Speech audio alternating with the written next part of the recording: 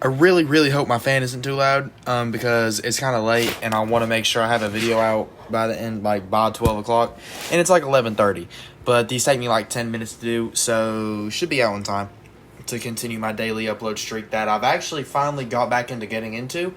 So, because usually the daily uploads have been like, there might be a couple days in, like I might daily upload for about a week, and then there's like a 3-day break.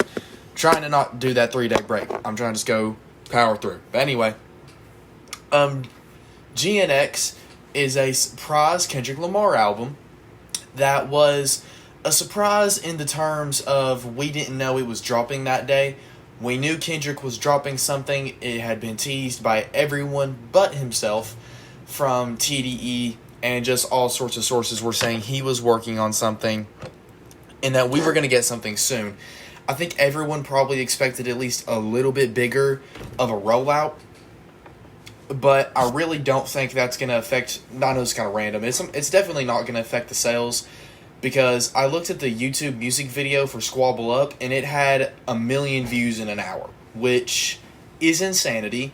I don't know if that's faster than Not Like Us, but that's still insane.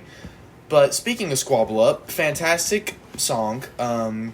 Literally, that is a thing I could say about probably every single song on the project, because let me explain. I don't want to say this project doesn't have any themes or anything to it, but it's not as conceptually constructive and conceptually well crafted together as Mr. Morale and the Big Steppers or Damn or really any Kendrick album. This album is very different in terms of that, and I think that makes it we need to appreciate it.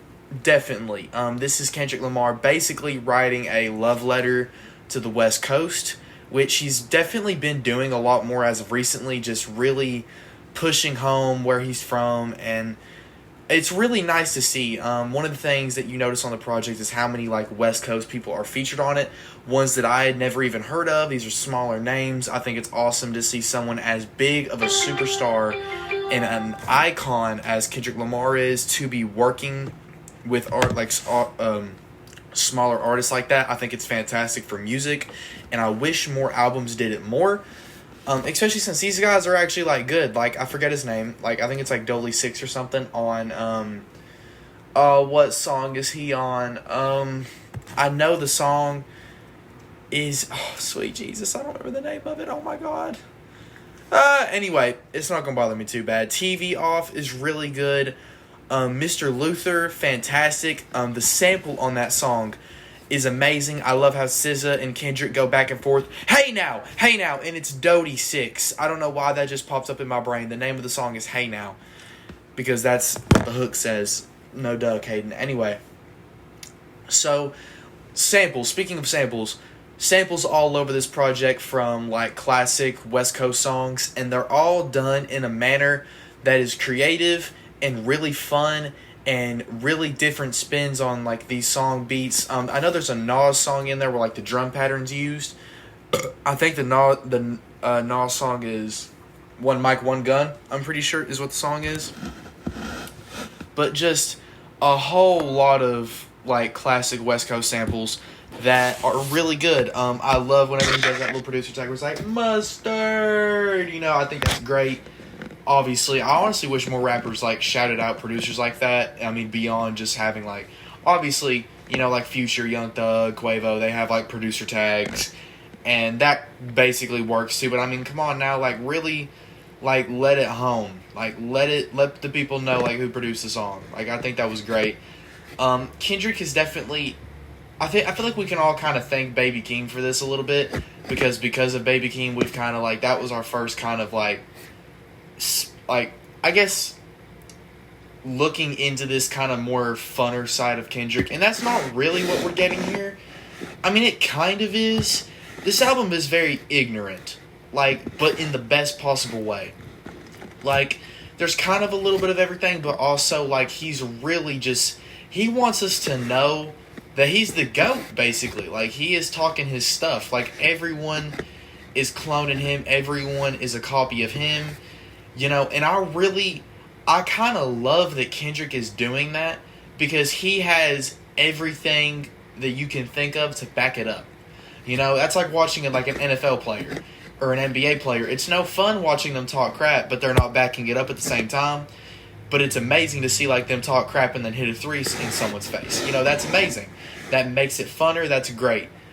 You know, and seeing Kendrick Lamar do it is basically in the same manner. I'm trying to make that comparison, and I think that works really well.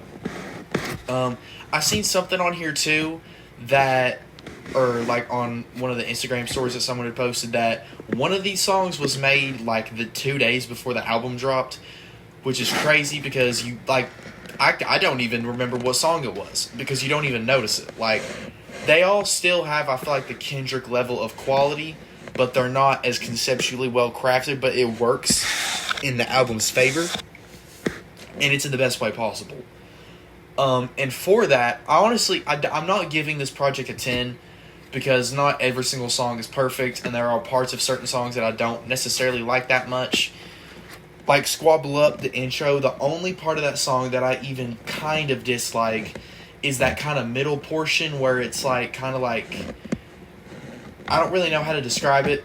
It's like it gives me like wave your hands in the air like I just don't care type of energy. But it's still good, but like it kind of feels, it's not that it feels out of place. It's kind of just like I don't really want that kind of vibe from this song right now. In production, by the way, before I get back into the overall, production on this album is great. I mentioned all the sample uses and how creative they are. I think that's fantastic. When a rapper uses a sample, it should not be just for the effect or just for, like, oh, I recognize what that is. Or it does, like, just to try and latch at some nostalgic or some special feeling to try and make them, like, influence them into liking the song. It should be something creative to boost everything.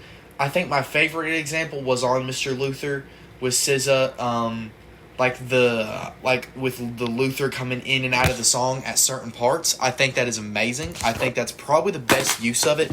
I just dropped so much crap off my stool. There went my glasses. There went a bunch of trash. Oh my god. Anyway, I'll pick it up in a sec. But like the sample coming in and out and them going back and forth at the same time, it's very creative. That might, honest to God, I don't want to say it is the best Kendrick R&B track because I love, I like the song of Rihanna a lot.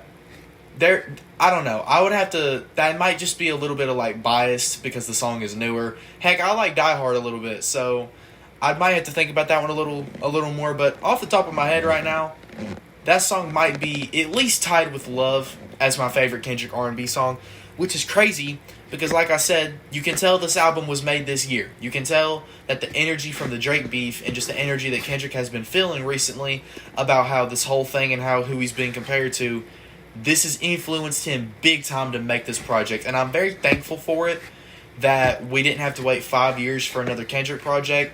There's no telling when we'll get another one. Something else that I liked on here is that there is actually The Heart Part 6 on this project. Really good song. And obviously, I know he has the whole, like, The Heart series anyway, but I really feel like a big reason he did The Heart Part 6 is just to show the difference between him and Drake and how Drake has, like, his part, or, like, has that super bad song, and then Kendrick makes, like, the same thing, and it's really good, if that made sense. I kind of stumbled in my words. But anyway, excuse me. Fantastic project. Overall, I'm going to give it a 9 out of 10. It's definitely one of my favorite projects. It's not 10 out of 10 perfect. I didn't get 10 out of 10 enjoyment.